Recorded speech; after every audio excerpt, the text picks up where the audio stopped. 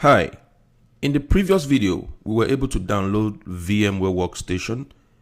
We also downloaded the Windows Server 2012 operating system, and of course, we also downloaded the SQL Server 2012 applications. Then we move on to create the virtual machines for domain controller, and then we install the Windows Server 2012. Now, in this video, we're going to promote the Windows Server operating system to a domain controller. So there are basic configurations that we need to do to be able to have this Server 2012 operate as a domain controller. All right, so this is our domain controller right here.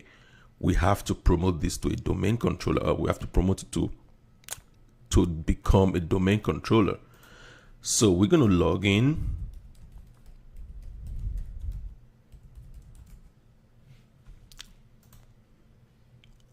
And then we go to our server manager.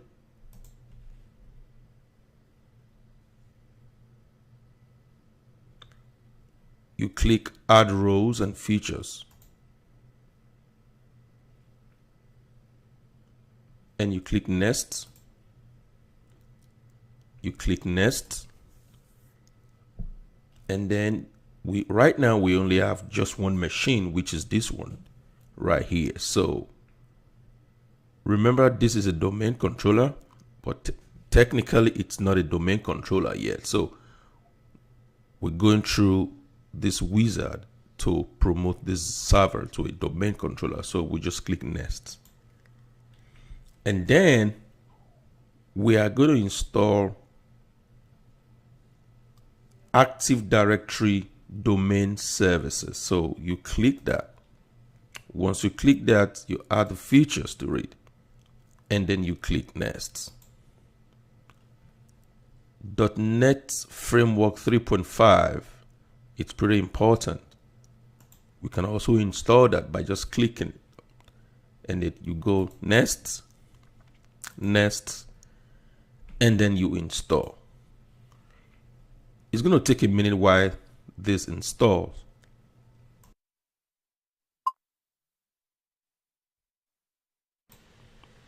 Yeah, so now that we are able to install the Active Directory domain services and also the .NET Framework 3.5, it's time to promote this server to a domain controller.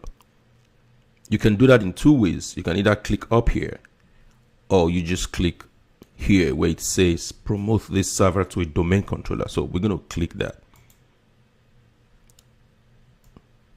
So this is the beginning of the deployment configuration of this server. So basically we're going to select New Forest, okay? And then you can add any domain you want, okay? So I'm going to use Azure in 60 seconds .local. Okay, so that's going to be my domain. And then you click next.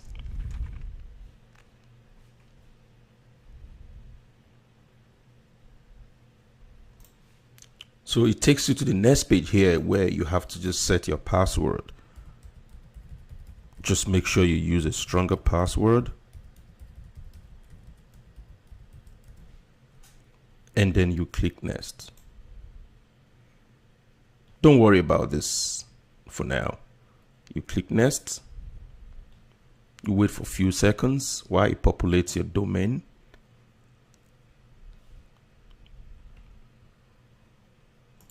So when that is done, you click next. You have to wait for a few seconds again. And then, of course, you click next. And then these are your revisions of your selections, okay? And then you click next. So here, you wait a few seconds to give you the go ahead before you install. So once this prerequisite checks back successfully, it's time to install. So you just click next and just wait for a couple of minutes. So when that is done, you can just close and it restarts itself, and then we're good to go. And we have to confirm and make sure truly this is a domain controller. So we just wait for a couple of minutes while the system boots up.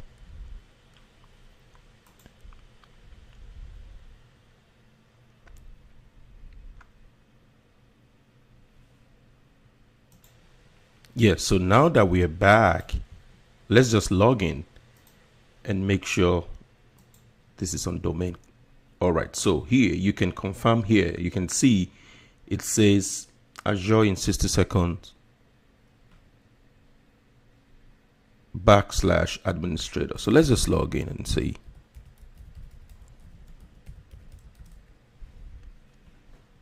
All right, we're in. Let's go to our folder right here.